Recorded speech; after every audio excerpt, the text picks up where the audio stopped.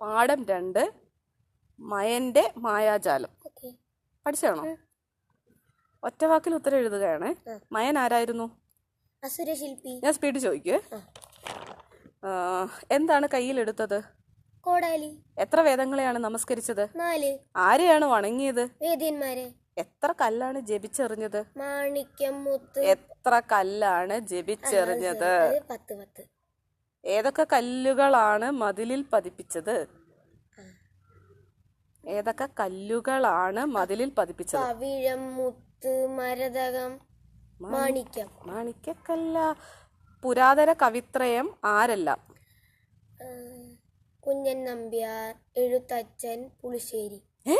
പുളിശ്ശേരിയോ? അല്ല, എറിശ്ശേരി. എറിശ്ശേരിയോ? അല്ല, അവിയല്.